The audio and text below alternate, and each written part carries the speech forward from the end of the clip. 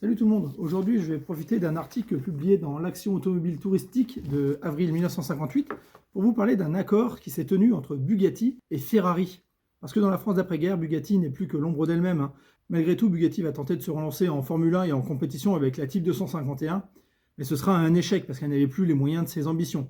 Alors, on va découvrir que pour tenter une dernière cartouche, Bugatti va se rapprocher de Ferrari pour faire un accord et essayer de relancer une nouvelle voiture de compétition. On nous explique que c'est Pierre Marcot qui va être à l'initiative de cet accord. Et on nous dit dans cet article que la jeune société automobile Ferrari, forgée par la pratique assidue de la compétition, disposait d'un bagage technique dont seule une Daimler-Benz connaissait l'équivalent. En revanche, ses moyens de production étaient insuffisants pour exploiter son pouvoir créateur. Bugatti et Ferrari se sont rencontrés et se sont accordés. Ferrari céderait à Bugatti un prototype de voiture apte à la compétition, comme au Grand Tourisme, que Molsheim mettrait en fabrication sous licence.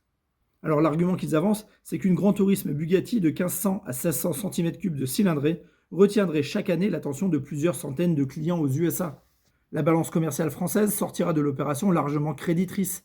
Nous récupérerons des dollars pour une valeur beaucoup plus grande que nous n'aurons sorti de lire. Et de plus, de nombreux acheteurs français n'auront plus besoin de s'adresser à l'étranger pour acquérir la Grand Tourisme de cylindrée moyenne.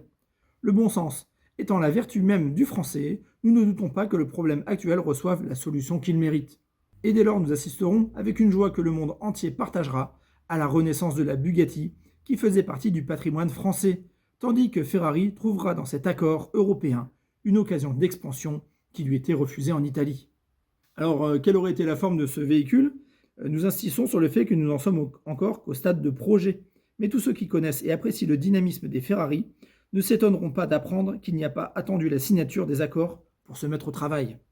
Il s'agit de réaliser non pas une voiture expérimentale, mais un prototype dont le développement commercial soit rapidement assuré. Finalement, la solution de base retenue prend comme critère le moteur 6 cylindres 2,4 litres de la Ferrari de Formule 1. À partir de ce moteur, il en a été réalisé deux autres, un 4 cylindres en V de 1500 cm3 qui équiperait une Bugatti Sport et une autre de 1600 cm3 pour le Grand Tourisme. Ces deux cylindrées sont en fait imposées par les limites des classes différentes de sport et de grand tourisme. Nous avons vu là un de ces moteurs. Il tourne, il est prêt. Nous avons vu le châssis tubulaire de la voiture qui pourrait le recevoir. Les travaux sont très avancés, à un point tel qu'on peut se demander si cette 1500 Sport Bugatti, licence Ferrari, ne pourrait pas être présente aux 24 heures du Mans de 1959.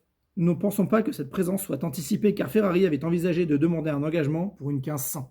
Eh bien écoutez, cette grande chance de possibilité grâce à l'Europe, je crois qu'on ne l'a jamais vu arriver finalement.